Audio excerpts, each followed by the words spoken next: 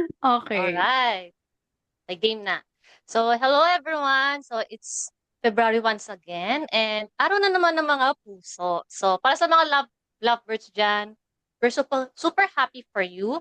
And para sa mga single katulad namin ni Lay, better luck next time. Pero self-love muna tayo, alright? So anyway, we wanted to do something special for this episode. Kasi naisip namin magandang inspiration yung mga power couples inside freelancing and business. And for today, super exciting ng first power couple guest natin. He's a scaling expert for agency owners and entrepreneurs. Also the founder of Get Ready to Scale program. For sure, kilala nyo na siya, actually. So let's welcome Coach Mark Allen and his bubbly and gorgeous wife, Hannah the Unicorn. Okay, so Eh, ayan. Can you introduce yourself and tell us a highlight of your day? nice. Yeah. So thank you for the invite and super happy to for this opportunity na at least medyo iba naman yung usapan, no? Hindi lang freelancing lang, di ba? And ayun, Yes. and at the same time, so I'm Mark Allen and founder ng Ready to Scale nga.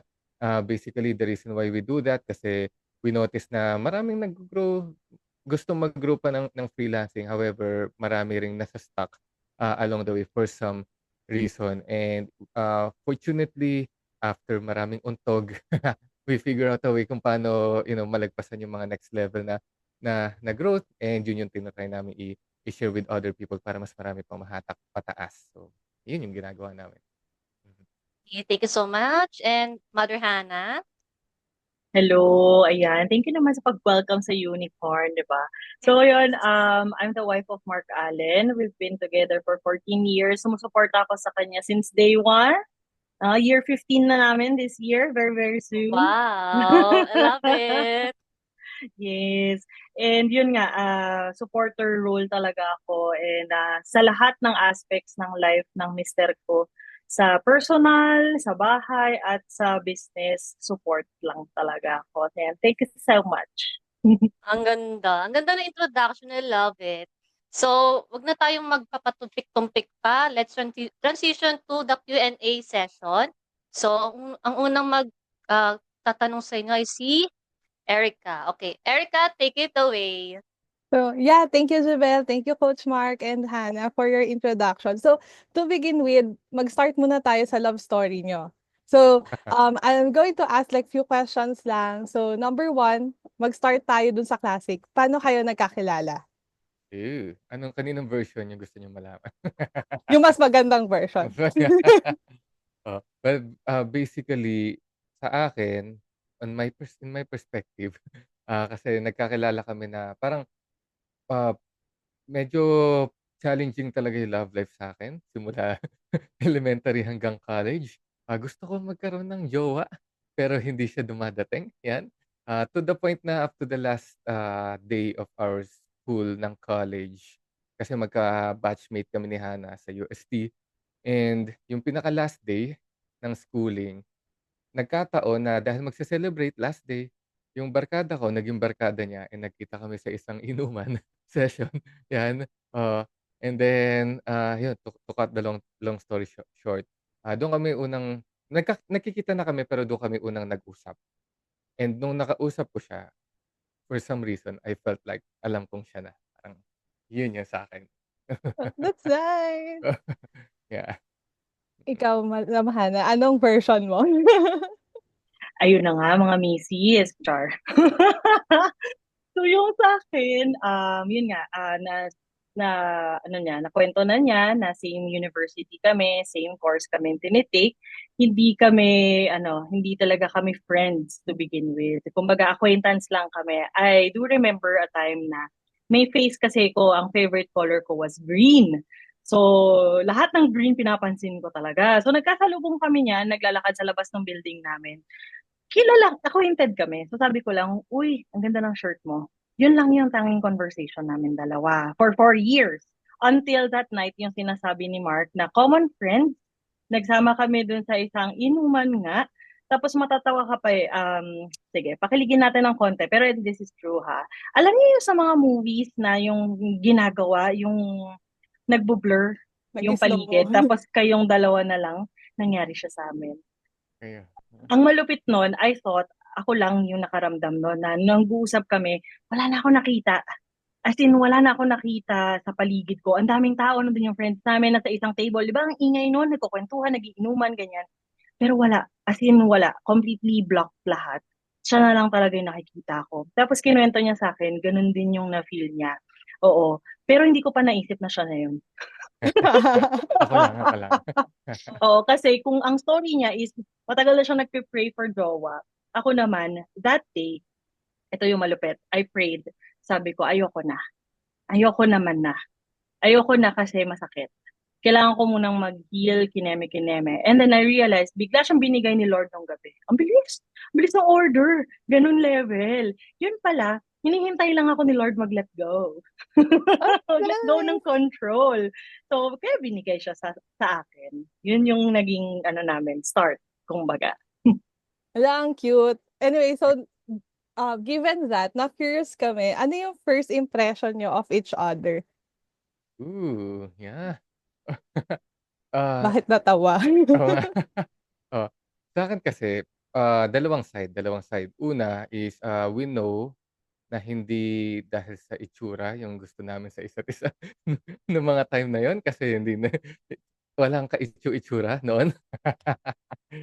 Walang kaitsu-itsura noon kasi siyempre ano pa, estudyante lang tapos wala masyadong, pake pa, at least ako, wala pa masyadong pake sa itsura. In fact, the reason bakit is na-busted ako ng isang beses kasi sinabi sa akin na, hindi mo ba inaalagaan yung sarili mo? Kasi medyo medyo ma-pimple kasi ako noon. So hindi yun yung hindi yun yung ano reason. But ang first impression ko kay Hana is alam ko lang na makulit at maingay siya. Yung tipong, madaldal and ang daming, bubbly na mga sinasabi. So gano'n lang, walang any attraction to be honest in the beginning. Oo, wala talaga until nung nakapag-usap. Yun yung sa amin, yun yung sa'kin. Sa'yo dear, ano ba sa'yo? Oo, totoo yun. True love to mga guys ha. True love to kasi talaga walang pera, wala itsura. True love. Heart. No, nagka-budget lang kayo maayos. Sorry na. Paprangka. Ang impression ko kay Mark noon, nagkaroon ako ng masyadong magandang impression kasi mga chismis nung, alam mo naman, dramatic nung college life, ang school life, no? Malandi daw yan. Yun. Naman ako, to see is to believe. So, wala naman. Yun lang yung tumatak lang sa akin nung tinanong nyo ano yung first impression. Naalala ko, iniiwasan ko ng konti-ish, subconsciously siguro, kasi nga, nachichismis na medyo malandi. Kaya ganun. Gemini kasi. Grabe. Gemini kasi. Red flag. Ganun ba Number yun? 1 red flag ng 2025. Gemini. Masyadong sabi daw. mabait. Di nila alam borderline ng friends sa landi. Di ba? Yeah, aminado, sorry. Tapos libre ka pa, no, Mother Hannah. So, isa ka pang malandi. My God. Po. Grabe. Anyway, so na-share ni Coach Mark kanina na nung moment na yon nung nag-start yung story is sure na siya or na-feel niya na ito na yon. However, sa side mo po, Miss Hannah, paano mo, I mean, ano yung time na nalaman mo or na-feel mo na, ay parang this is something special na. Parang ito na. Oo. Kasi 'di ba yung background is coming from several heartaches ako before siya dumating. So nagkaroon ako ng pessimist na side. O nilabelan ko nga yung sarili ko man-hater. Man-hater ko diyan, landi-landi mo girl. 'Di ba? Yung mga ganun na, ayoko na ng lalaki, Lord, ayoko na ganyan. Pero ito yon, the moment na I met Mark, yun yung phase na yung state ko was, I want this to work. I want this to be different. So, ang nangyari was, ang dami kong inhibitions. Nakabuti siya in a way. Sinerve kami nitong dalawa kasi bawal kiss. Di ba? Bawal kiss, holding hands lang tayo, ganyan. Nalaman ko talaga na, kumaga nag-pull out ako ng emotions sa kanya, na nagtiwala na ako sa kanya, 3 months. in the relationship pa lang. Mm. Yun yung first date namin, like real date, first date. Kasi yung nagsimula siya, nasa bahay siya pumupunta, sa bahay namin. Pinakilala ko kasi talaga siya kasi sabi ko nga, I want this to be different. So, pinakilala sa bahay, lagi siya pumupunta doon. Tapos, dinate niya ako, nagpaalam pa siya sa parents ko, nagdala pa ng Dunkin Donuts para sa nanay ko, tsaka sa tita ko. Diba, low budget pa yon. Nagbenta ng sapatos para may pang-date sa akin. Yung mga ganong level, diba? Tapos, ang unang bulaklak na binigay niya sa akin, tissue ng Greenwich. Ginawa niya ang bulaklak. Tinatago ko pa Oh, rin siya hanggang ngayon. Yes. So yun yun. Yun yung mga nagpasaya sa akin. And I felt like, this guy makes me happy, na-earn niya yung trust ko. So, give it a chance, sana. So, dun ko nalaman na, okay, let's begin. 3 months pa, no? Tagal. Yeah. And for context, I was from Novaliches and siya from Taytay, Antipolo. layo. Yeah. Gosh.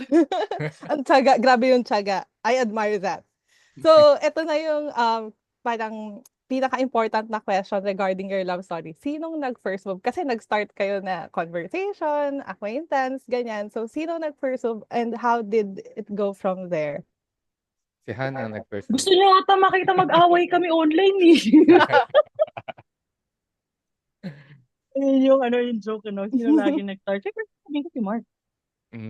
Pero si Hana talaga yun kasi Hindi ko. sa akin ang nangyari feeling ko kasi nung iinuman yun nga dahil medyo malandi yung kuya niya before ganyan tapos si Hana parang medyo sexy yung in the Met yun lang yung nakita ko parang sexy ni Hana ngayon yun yung napansin and then during the conversation ah ayun na si Hana na magkukuwento na yung move niya. Landi. Yung, hindi ko move siya, hindi siya intentional, guys. Promise. Libra talaga ako. Very, very Libra. Alam mo Siguro yan? iba lang, malisyoso lang yung utak ko. Siguro. Kasi UST, so walkathon siya, di ba? So pagod na pagod ang ate mo, dahil ang dami inaasikaso, marami sa school, ganyan, lakad. So kanagabihan, tumabi kasi sa akin nito. Tumabi siya sa akin. Tapos sabi ko, ngalay na ako. Mahilig kasi akong ganito kahit sa mga guy friends ko. Uy, papatong ng legs sa papatong legs para ma-raise lang, ma-elevate. Tapos wala mali siya. 'Di ba? 5 seconds walang mali siya, ganun. Pero, binigyan niya ng Charot. Ang cute lang, no? Pero ang landian namin nun was real conversations, by the way, no? Ano siya? Conversations about our beliefs, our faith. Ang weird nung setting, but the conversation was real, no? Beliefs namin, goals and dreams namin, conversations about ano yung relationship namin sa higher being, kay God, ganyan. So, medyo kakaiba talaga kaming dalawa. Very nice. So, parang yung dynamics ng relation nyo started like parang very companionate. Parang companion sa each other. Which is nice, di ba? Ayun. Anyway, so for the second part, I'll give the floor to Lena. And thank you. Thank Nako, you. nako. Unique talaga mag-flirt ang air signs. I Eh, don't know, for me lang, um, parang more on, siya, intellectually stimulating rather than sexual stimulation like yung usual flirting style ng tao. So, kaya siguro kayo nag-drive since parehong logical yung Libra and yung Gemini. The way you talk, parang doon kayo nagko-connect, which is really, Parehong air sign kami? Tama ba? yeah, Gemini and Ooh, Libra. nice. So, yes. Mm. Kaya kayo din nagkasundo. So, nalibang ako. Sobrang ganda nung story nila. Yun talaga, no, before we proceed dun sa next part, Coach, curious lang ako, since taga Novaliches ikaw, tapos taga Taytay si Mother Hannah, gaano kadalas mo siya puntahan nun nung nililigawan mo na siya? Yeah. So dahil medyo may pagka-LDR kami na at walang budget si kuya. So once a week yung Hmm. commitment. So once a week na commitment and then every day Y- usap sa phone. So binabawi na lang na hanggang nung una-una namin hanggang hindi ako nagpupuyat. Pero dahil sa amin, minsan yung love life talaga nakakapuyat talaga, eh, 'di ba? So dahil dun ang dami naming, usap. Pero yun, once a week yung usual na kita namin. Actually, coach, yung once a week na yan, hindi na yan magawa ng tao ngayon. Kung kailan convenient na lahat. 'Di ba, Erica and Jabel? So parang kung before na wala ka pang budget nun, nagagawa mo, tas nagbenta ka pa ng shoes para lang mabilan ng donuts yung ano niya, yung family niya. 'Di ba? Parang wala kang excuse talaga. So, so yun talaga yung standards. Next, bale, coach and Mother Hannah, since unpredictable yung freelancing, paano nyo na susuportahan yung isa't isa doon? Since maraming tough times when you're in this niche. So, Yeah. siguro una muna si Coach Mark. Then I want to hear yung side ni Mother Hannah. Yeah, thank you. So, I agree, sobrang unpredictable yung mga puwedeng mangyari sa freelance business. Minsan okey kayo ng client, after a while magugulat ka puwedeng wala na, 'di ba? Yung client and so ano siya, more on roller coaster ride yung, business. But still, I'm super grateful kasi walang ganitong opportunity na kahit time and service and effort lang natin yung puhunan, may bayad sa'tin, eh, 'di ba? So yun, nagkataon na, ah, kasi marami ng na-experience kami ni Hannah na tinry na business. Ako kasi 2010 pa lang nagbi-business na, pero nagkaroon lang ng first success I could say, kahit mini success yun, is noong 2018 wherein freelancing. So so yun yung nangyari. So, nagkaroon ako ng comfort siguro kasi kahit sa hindi predictable na life ng freelancing, predictable kami ni Hannah as support, system. Like kahit na yung dating businesses ko na hindi nagwo-work, sobrang solid na nandiyan lagi yung support ni Hannah. So, it helped me a lot along the way kasi every time na may next breakthrough, umiiyak ako, eh. So nagkataon na at least may nakukuwentuhan ako, may mga nakakausap ako and si Hannah isa sa perfect person na nagkataon na nandiyan sa tabi ko for me to, na makausap. So, it helped a lot na may kasama na supportive, no judgment, kung talagang 'pag may hindi okey na ginagawa, sasabihin din. So, yun yung nakatulong sa'kin. Nice.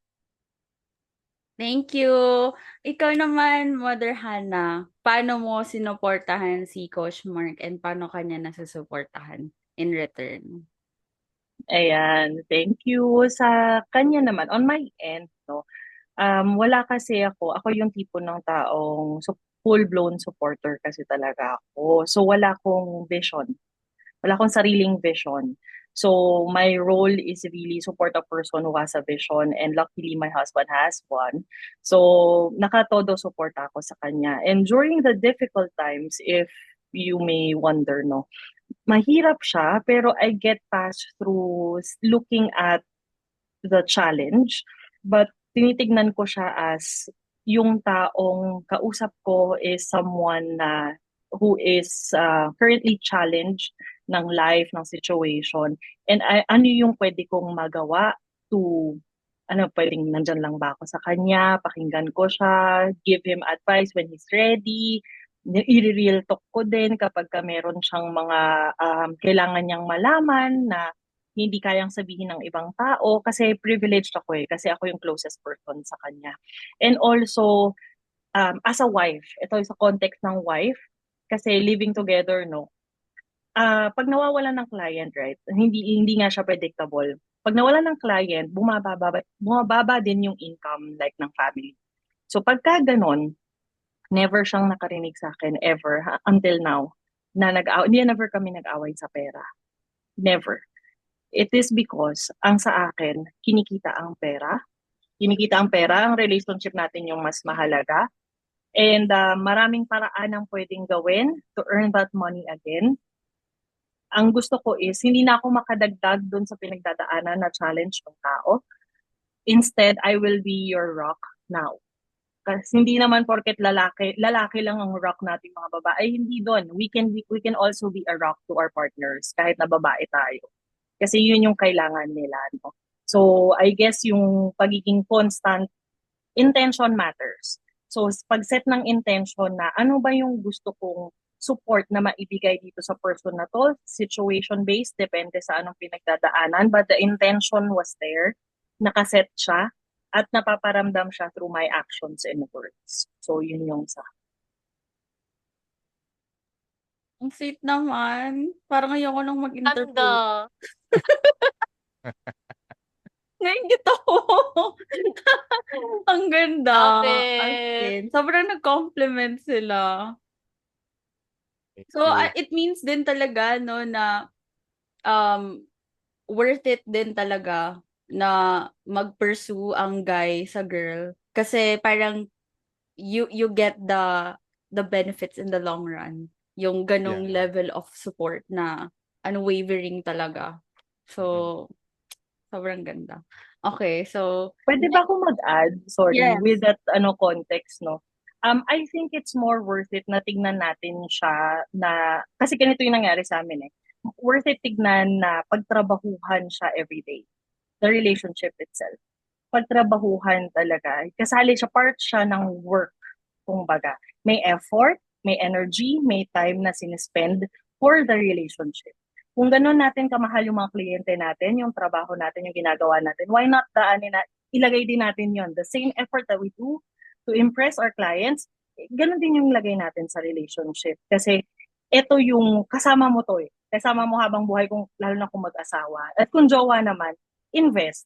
Invest as if ito na yung yung endgame kumbaga. 'Di ba? You'll never know. Yeah. Yeah. And I heard then Mother Hannah and Coach Mark na yung relationship daw parang anak mo siya.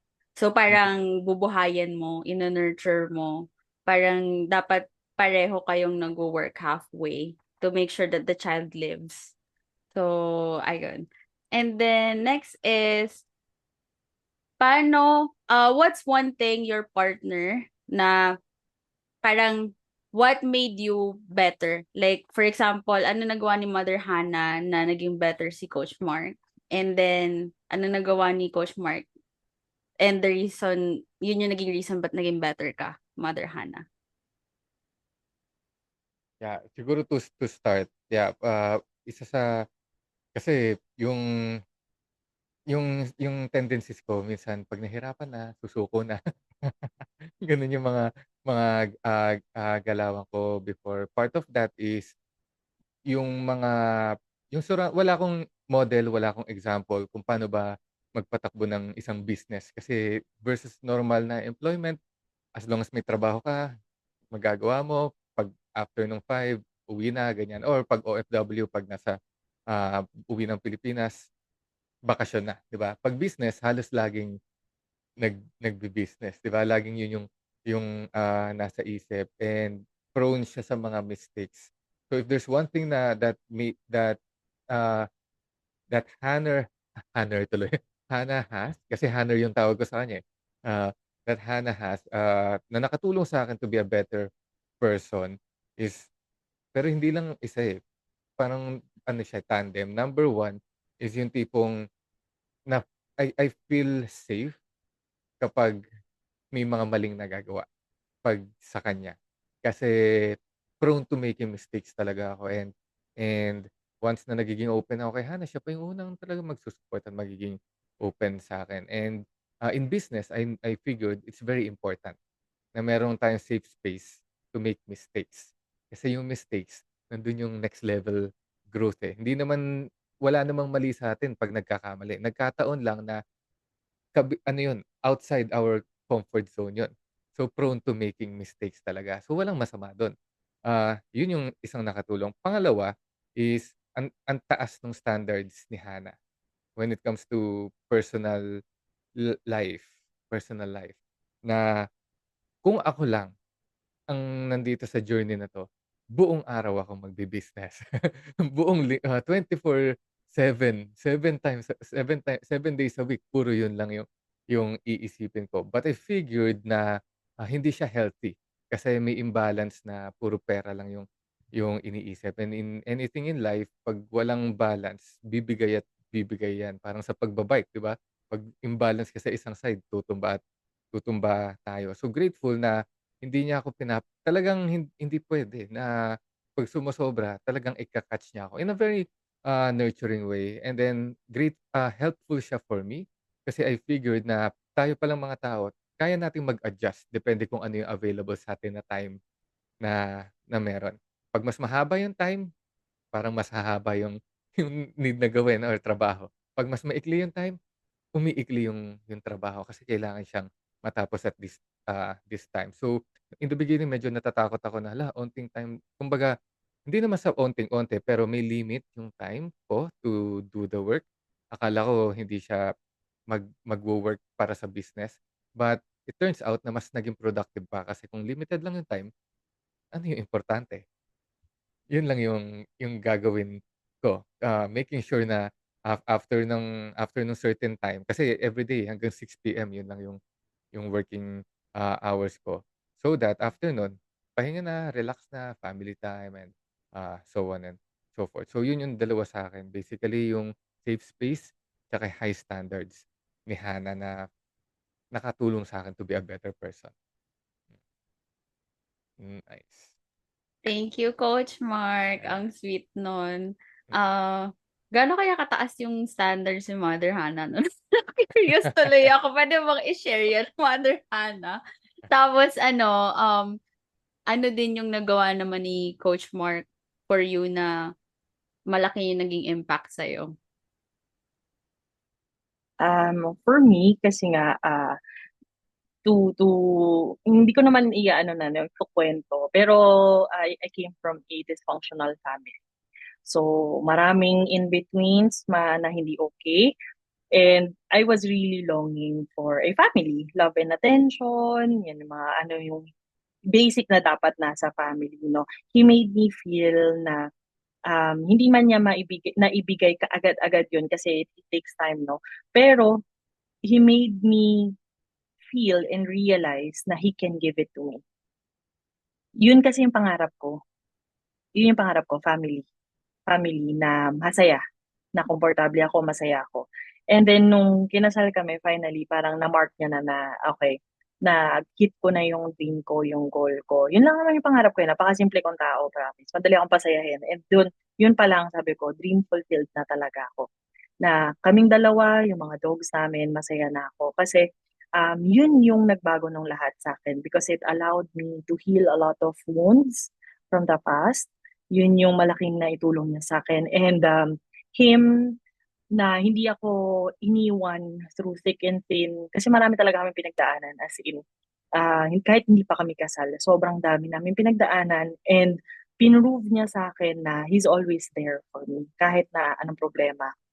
And ito din yung tipong nagkasundo talaga kami kahit na hindi namin pag-usapan. Yung alam mo yung ramdam mo na magkakampi kayo kahit nag-aaway na kayo.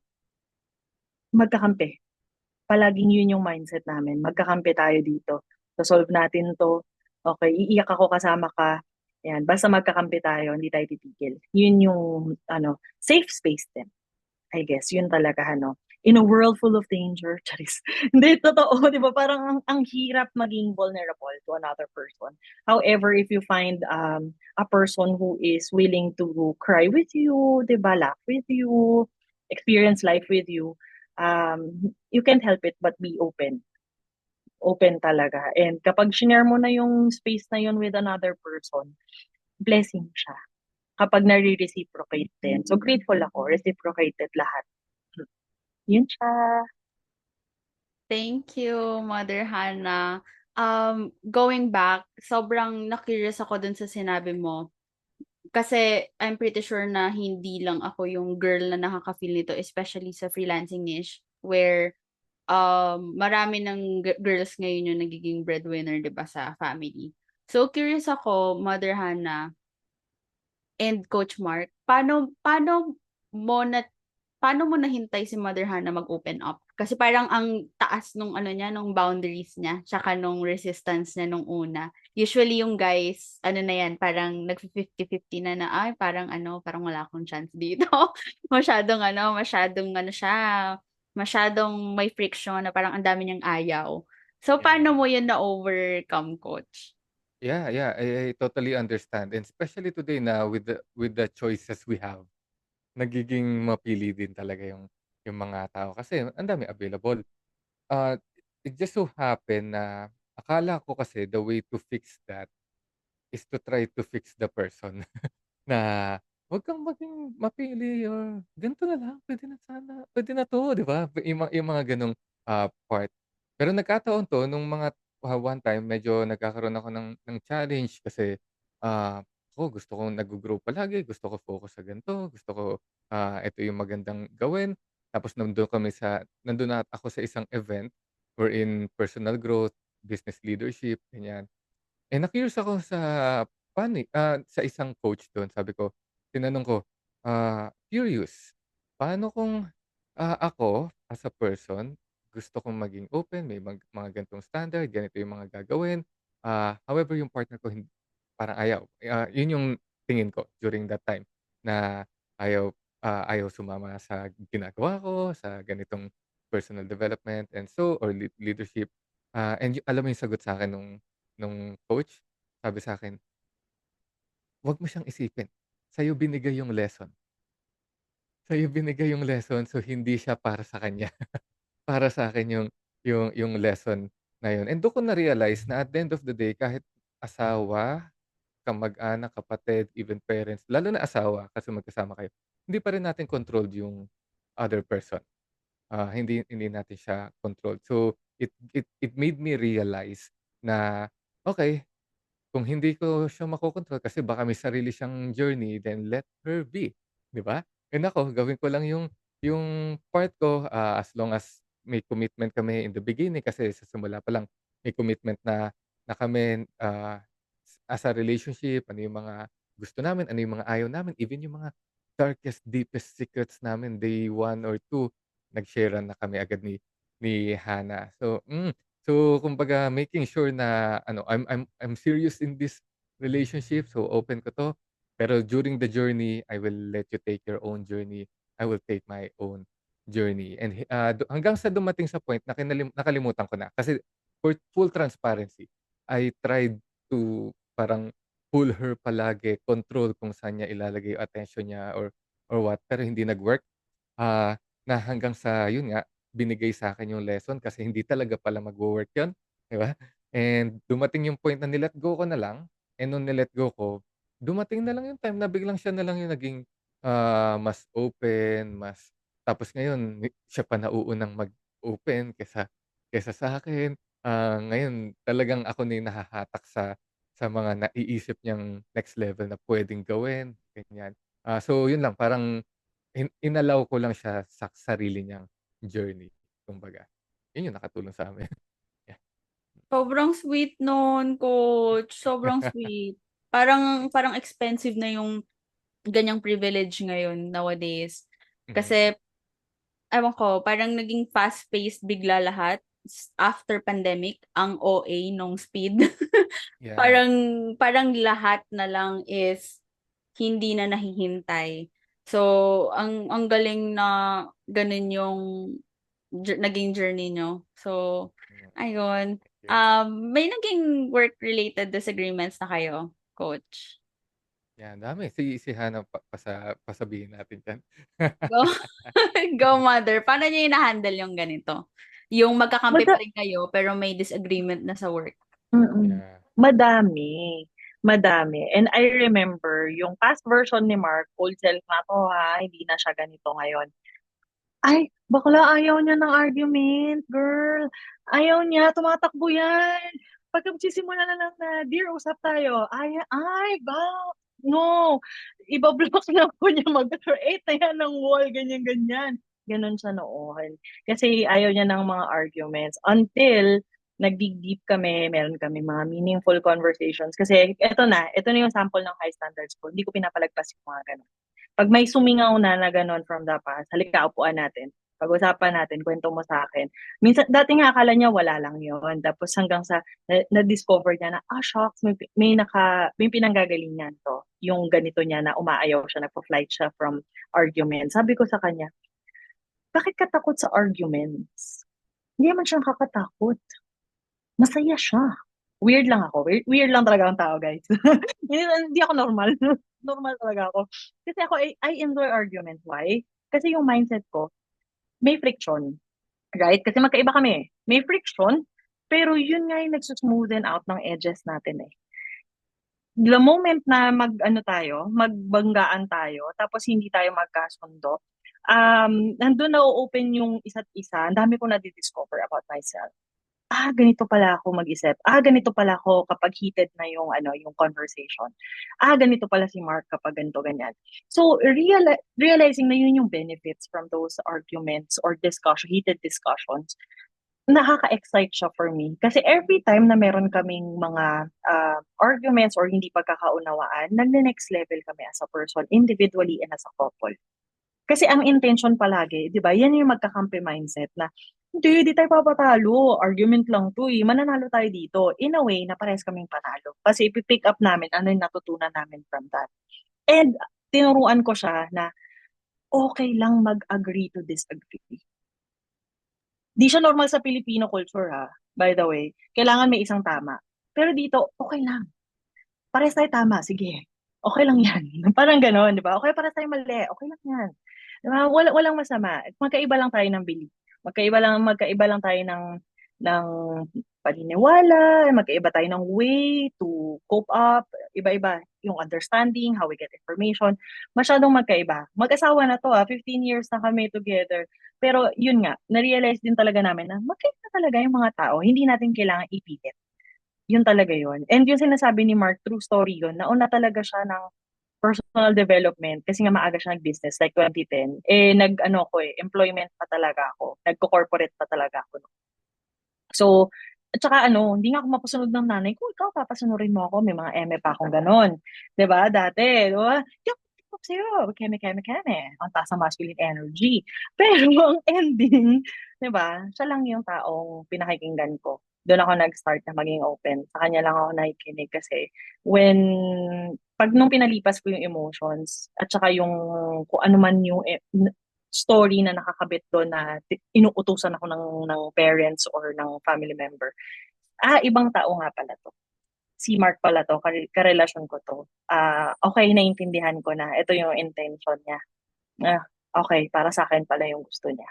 Yun yung mga ganun. Realizing those things, yun yung nakatulong. And pagbalik tayo dun sa argument, ang dami. Sorry, may ADHD po, kaya yung conversations ganito. So, balik tayo sa arguments. Kung meron kayo, gusto ko na matandaan ninyo when it comes to arguments, masaya siya. Masaya siya kasi you get to learn, discover new things about yourself every time. Every time. Kung yun yung pipiliin mo, it's your choice. Kasi ako lagi ko pinipili na yun yung tignan. Ano yung bago sa akin? Okay. Nabwisit pala ako dito sa word na to. Alam mo yung mga little things na gano'n, you're getting to know yourself more. Alam mo kung saan ka mag-a-adjust. And also yung partner mo. So masaya siya. Hindi siya nakakatakot. Like, no. Masaya talaga siya. Promise. I Yeah, promise. add ko lang dun kumbaga uncomfortable lang. Kasi hindi siya nakasanayan. Pero at the end of the day, nandun yung growth din, talaga. Kasi yung mga example na argument, yung kailan hanggang anong oras yung work, 'pag weekend mag-work ba yung pag-uusapan or pahinga na, yung kukunin na client, even yung kukunin na client very, important sa amin. Even yung mga makakasama sa team, ganyan. Kasi siyempre dahil may history nga ako ng kalandian, 'di ba? So so hindi puwede na hindi may mga kailangan mag-set ng mga tamang boundaries and so on. So, yun yung mga, very crucial pagdating sa relationship. Yun yung isang example na wino-workout namin yung, relationship and I think the key to that is pareho na open na willing mag-communicate at i-work it out. Hindi puwedeng isa lang. Kasi kung isa lang, hindi siya magwo-work talaga. Ang bigat nung feeling. So, yun yung context dun sa'min. Thank you, Coach Mark. Dito naman siya hinintay ni Mother Hannah, no? Mag-open up sa argument. Kasi ang tagal niya bago nag-open up. Napansin ko din yung guys, usually parang avoidant talaga sila sa argument. I'm not sure why, pero may logic ba behind that, Coach Mark? I mean, hindi dun Yeah. sa personal experience mo, pero Mm. like, psychologically, may reason ba bakit avoidant kayo sa conflict in general? Yes, meron talaga avoidant, in a sense, I think one of the biggest factors is yung trying to look good for men. Kasi yung mga lalaki wired to be strong, to be, masculine, to be the provider, the head of the family, and yung connotation and yung meaning na nailagay 'pag nagshe-share ng mga vulnerability namin. Hindi siya gano'n ka-manly tignan, 'di ba? On the on the outside. Plus, yung modeling ng, kasi, ah, iba-iba yung ways ng learning, but for me, yung mga top yung mga top lessons talaga nakukuha natin through number one, specific incident, may nangyaring very importante, talagang na-trigger lahat ng senses natin, kuha natin yung lesson do'n. Pangalawa is modeling, 'di ba? So, may nakikita tayong mga tao, whether parents or mga mas may edad sa'tin. And yung modeling ng mga lalaki, ano ba yung usual mga lalaki dito sa Pilipinas, 'di ba? Hindi nagsasalita, hindi nagpapakita ng emotions, 'di ba? Ni maka-thank you, I love you nga hindi nga masabi, 'di ba? So, nandun yung work for the guys, I think. If we try to, uh, understand na hindi lang ganun yung masculinity. Maybe before gano'n, kasi kailangan ng kamal na bakal talaga. Pero sa panahon natin ngayon, hindi na yun yung masculinity lang. Kasi ngayon, the more open nga, mas maiintindihan mo yung pinaghuhugutan nung lalaki, and yung courage, yun yung masculine, 'di ba? Papakita mo yung courage ng kahinaan mo towards, the person. Sobrang, I think, nandun yung masculine na part. Yun yung nakikita ko logic. Yeah. Yes, Coach. Thank you so much for making us understand yung reason but avoidant ang conflict avoidant ang Yeah. guys. And tama ka din dun sa sa the more vulnerable the guy is, the more attractive he looks like sa women. Kaya grabe ang K-pop ngayon. Yung mga guys na even in parties, kung sino yung mga expressive emotionally, sila yung kinakausap ng girls. So, yeah, very attractive siya ngayon. Yun yung masculine level 9999. So, how do you set boundaries, Mother Hannah and Coach Mark, sa work and personal life nyo? Sige, dear. Simple lang kasi na-identify namin first yung values namin as a person, tas collective as a family, kumbaga as a couple. Tapos doon namin binibase yung sa boundaries. Depende sa values, kung yes or no siya. Walang in between, yes and no lang siya sa amin. Kumbaga, sinet namin siyang ganun. So for example, kung kailangan bang, okay, may mag-extend ng ganito, lahat ng niyeyesan namin is yes. So kasali ito sa yes talaga. No, kapag maybe no na rin siya. So ganun siya. Kasi meron ng mga siniset na kaya maaga kaming nag-build ng calendar namin. Kasi kailangan talaga nakaschedule siya. Kasi we learned this both through experience and knowledge na setting boundaries is very important. Lalo na hindi na tayo mga bagets na ako kaladkarin ako nung bata eh. Tipong isang linggo ko sa bahay ng kaklase ko, kilala ko na, pinagluluto na ako ng yaya nila, ganong level. Oh, pusa. Pusa talaga ako dati, 'di ba? Pero ngayon kasi understand lang na may kanya-kanya tayong ginagawa in life. And once we do, ito yung sa amin ni Mark, yung pinanghahawakan namin what is a values and boundaries. Kasi it's a form of self-respect. Once you get to put healthy boundaries, nirerespeto mo yung sarili mo and others will also respect your time, effort, and energy kasi and energetically they feel that you respect yourself. So, ganun din yung ginagawa nila. Ganun din yung gagawin nila. They will respect your time, effort, and energy. Ganun. Yeah. Yeah, sobrang, powerful nun, and it helps din, kasi it's one thing na alam natin na, sige mag-set ng boundary or what. Pero ang tanong is ano yung filter natin, paano natin masasabi kung yes and no, 'di ba? Kasi yun yung challenge, eh, dun sa boundary. So it helped a lot na meron tayong mga, ah, yung sa values na yun is hindi lang siya magstay as values kundi magamit natin siya as our prioritization na technique. One practical thing na, really helped us a lot when it comes to setting boundaries is yung tinatawag kong 4 Fs. Hindi F4, hindi F4 para sa mga may alam ng F4 diyan. Oo, pero yung 4 Fs na yun is, on a personal level kasi kahit yes, nagbi-business ako but ang approach namin is life first approach. Meaning yung business is designed based sa lifestyle na gusto naming ma-build. Ah, just so happen na yung mga online business may gano'ng opportunity, 'di ba, na magawa natin 'yon. So ano yung mga, pang-prioritization na 'yon? Number one for us is yung faith, yung number one, faith. Yung faith sa amin is hindi lang yung faith kay God or sa higher being or kung ano man yung beliefs natin, but also faith sa sarili. Kasi how we see God is how we see ourselves kadalasan, eh. Yun yung yun yung nangyari 'pag very, mabait si Lord natin kasi baka gano'n yung tingin natin sa sarili natin. 'Pag very critical yung Lord natin, baka critical din tayo as a sa sarili. So yung one, yun yung inaayos namin. Number two is family. Puwedeng biological, puwedeng chosen. Kasi yung mga yun, isa sa experience ko, habang pinag-aaralan ko kasi isa sa dream ko gusto kong umabot ng 100 ganyan, 100 years old. And habang pinag-aaralan ko yung mga mahahabang buhay ng mga tao, ano yung common denominator sa kanila? Na-discover ko hindi sa success, hindi sa dami ng pera, hindi sa dami ng business or what, kundi nasa quality of relationships. So, dahil dun sa understanding na yun, I wanna make sure na mas nasa higher level yung relationship dun sa aking prioritization, 'di ba? Pangatlo is yung fitness na tinatawag. Now, bakit hindi hindi lang health or hindi lang, physical fitness yung yung wording ko dun kundi fitness?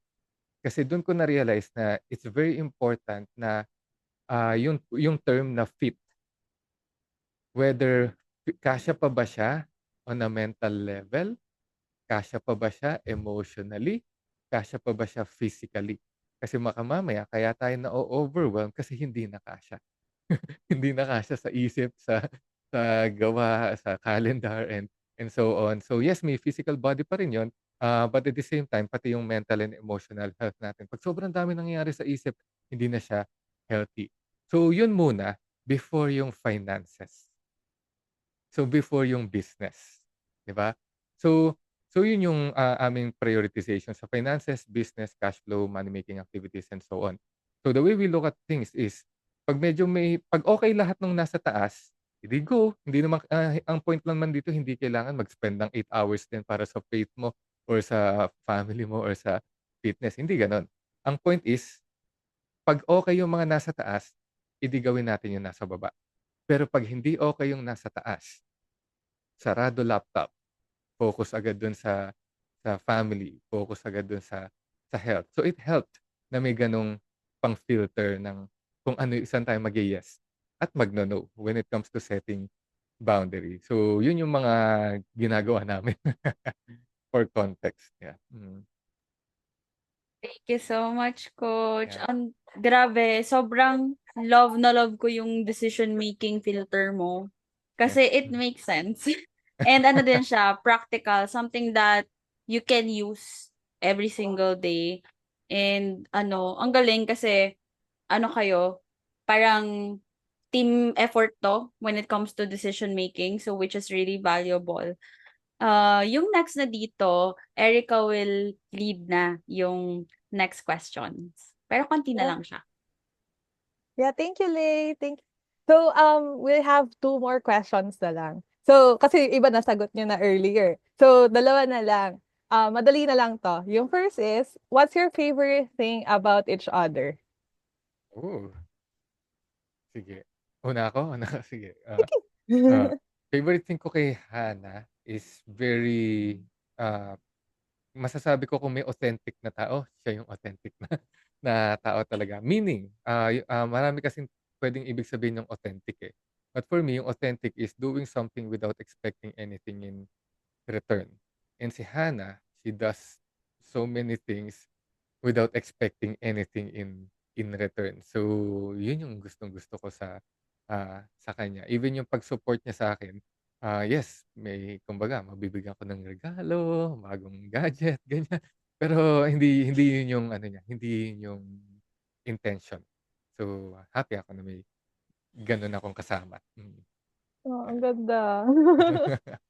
Yeah, thank you. Iyak na ba ako? Kinilig ako dun ah. Okay. Naalala ko nga ano nga pala 'to, ilalabas nga pala 'to in public. Sorry, nakala ko nagkukuwentuhan lang tayo dito. Mark, ang favorite ko sa kanya, marami talaga, pero yung top of mind is responsibility. Grabe siya. Alam mo yung parang pwede ako maging babae. Ganon yung feeling. Kasi covered niya, ganon siya na ako bahala sa'yo. 'Di ba? Sarap ng may gano'n sa buhay 'no? Parang, "Sige ano ka diyan, 'pag 'di yung masama pakiramdam ko, sige anong kailangan mo, ako bahala sa'yo." Laging gano'n siya. So, alam ko parang mababaw siyang pakinggan, pero it makes a lot of difference for someone at saka lalo sa babae, Sa babae na yun lang naman yung gusto, na ma-feel na, yes, you see me, you hear me, na ano, na nakikinig ka, like you really understand, no? Not necessarily listen lang. Kasi merong iba na nakikinig lang talaga. Pero siya, iniintindi niya kung ano yung nangyayari. So for me, yung high responsibility din. Kasi pwede akong mag-relax because of him. 'Di ba? Para sa babaeng kayod ng kayod noon, dumating ako sa point na pwede ako maging bulaklak. 'Di ba? Hello, feminine energy. Na pwede ako Sasabihin maging ko, flower. 'Di ba? Flower, pwede ako mag-bloom. He allowed me to bloom to who I am now. Dahil doon. Dahil sa kanya talaga. Naging in touch ako with yung sinasabi niyang authenticity, dahil din yun sa kanya. Kasi ina-allow niya talaga ako na maging ako. Ako talaga to. Maging ganito ako kasi hindi niya ako fino-force mag-work. Uy, kailangan natin mag-work, ganyan, ganyan. Hindi. In return, mas lalo ko siyang gustong i-support. 'Di ba? Parang gano'n, eh, 'no? Dito sa relationship namin, nothing is forced. Kumbaga, gano'n yung feeling sa akin, and it's very safe. Ang sarap nung feeling na, again, I'm a flower. Flower, unicorn flower, gano'n yung feeling ko. So, grateful ako kay Mark para do'n. Siya lang nakapagpa-feel sa'kin. ang ganda, nakakatuwa. So ito na, last na 'to.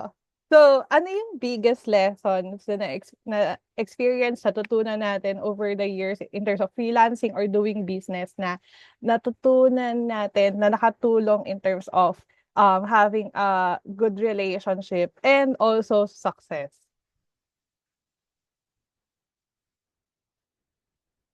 Yan. Ano nga yung ano yun? Ano yung biggest? Parang lesson Yes. from freelancing or doing business together na, has taught you na parang to have a good relationship, naka-impact siya in having that, and Ah, even more para mas maging successful pa. correct. Yeah. Uh, for me, ang biggest lesson talaga sa freelancing sa business na nakatulong dito sa relationship namin is that we a- uh, we are all dealing with people. Meaning, relationship is very important.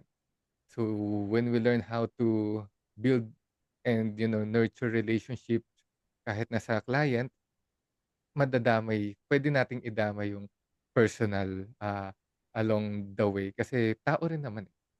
When I say tao rin naman, may mga saltik, may mga may mga yung mga ano yun, toyo, may mga kung ano man yung mga ah, ah, pagiging human beingness natin, meron dun. So the faster we understand na no one is perfect, the better for us. Kasi yung tipong allowing people to be themselves, accepting the fact na hindi natin control yung ibang tao, and embracing yung ganong reality, and being, just doing your part to help to communicate to the other person kung ano yung gusto natin talagang mangyari. Yun yung mga natutunan ko along the way. Kasi it's one thing na sinabi mo, it's another kung ano yung narinig nila, 'di ba? Ah, Mm, yay! yeah. Hmm, right. So yun Ikaw, yung akin. Mother Hannah. Ay, thank you, Coach Mark. Ikaw, Mother Ikaw? Hannah. Ayan, medyo similar kami ni Mark pagdating do'n 'no, talagang as united as one kami nito. Pero sa'kin yung context of communication. Kasi tama ba, 'di ba, lahat tayo may desire. When we have a desire, it's up to us to communicate to the other person. Kahit anong klaseng relationship 'to ha, kahit kay client, kahit sa team member, kahit din sa sarili, communicate the desire. Bakit? Kasi yung mga uncommunicated desires will lead to expectation. Pag nag-lead yan sa expectations, magkakaroon na yan ng conflict, 'di ba? Hindi na siya magkakaroon na ng argument diyan na kasi kung preventive kami ni Mark. Yun yung style namin. Even sa fur parenting namin, lagi kami preventive sa lahat ng bagay kasi ayoko nung putting out fires, kumbaga. So, kahit ito, communication is the key talaga. Kasi pag merong mga nafu-frustrate tayo kapag hindi na-meet yung expectation. So again, communicating the desire kasi pagka hindi na-communicate yon, it will lead to an expectation. Di ba, pag may expectation, pag hindi na-meet yon, mafu-frustrate. Ang tanong, na-communicate ko ba exactly yung desire ko? Bakit ako nagkakaroon ng expectations and nagkakaroon ng frustrations? 'Di ba? Isang malaking lesson yon sa amin, not only sa personal, pati sa business. Kasi maraming katulad namin din before, baka merong mga couples or mag-boyfriend or mag-asawa na natakot magtrabaho together. Para sa akin, worth it kung tinatrabaho nyo na yung relationship ninyo sobrang iba, 'di ba? Mas nag-boom kami yung sa career-wise nung magkasama kami dalawa. Grabe yung resistance before, pero dahil na-solidify na namin yung values, yung prioritization, and number one din rule namin is to communicate. Yun talaga. Kaya nag-work yung working relationship namin. So, kung may mga desire kayo na mag-work with your partner in life, yun yung mga pwede ninyong tignan. Ayan. So overall, yun lang yung questions namin. And very thank you doon sa mga shinare nyo. Akala ko iiyak na rin ako kanina. Char. Pero yan, sobrang insightful. So siguro to wrap this up, Lay would give a quick summary lang. Ayan. Thank you. Thank you, Coach. Dito sa podcast. Wow, podcast! Sa episode na to, we learned na true love can be built over time. So, hindi agad spark yung mafe-feel mo. Sometimes, more on compatibility. Actually, most times, more on compatibility. Kasi parang yung spark, it was built along the way na lang.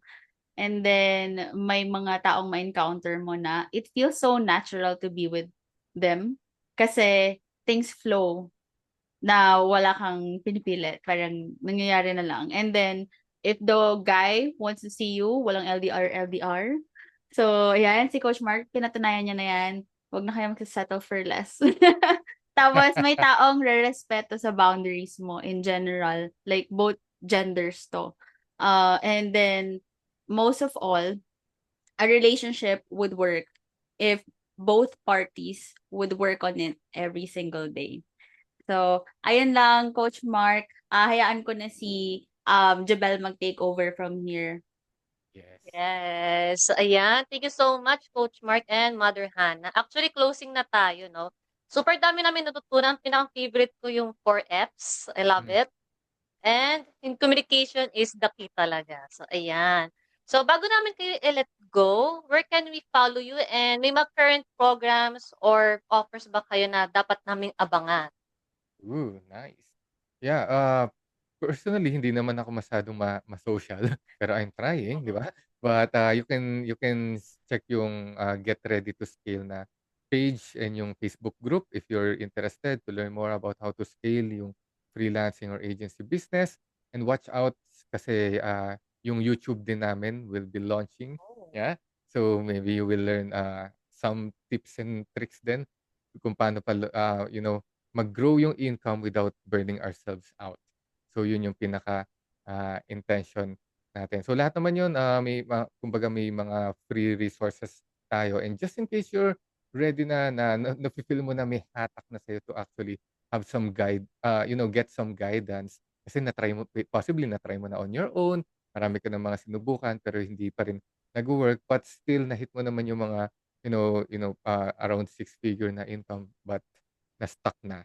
Then you can check out yung readytoscale.ph na website kasi nandun yung mga links namin on how we can help you further just in case need nyo ng help.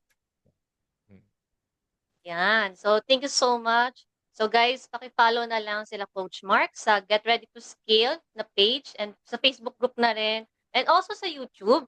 And for their programs, check nyo na lang kanilang website, readytoscale.ph. Okay, super solid ng insights of Coach Mark and Mother Hannah. Thank you so much talaga. And for the listeners, thank you for hanging out with us. Hope you enjoyed this episode as much as we did. Kung nag-enjoy kayo, please don't forget to follow our channels, MJN Social Suite on all platforms. That's it for today. See you in the next episode. Ciao! Thank you. Thank you.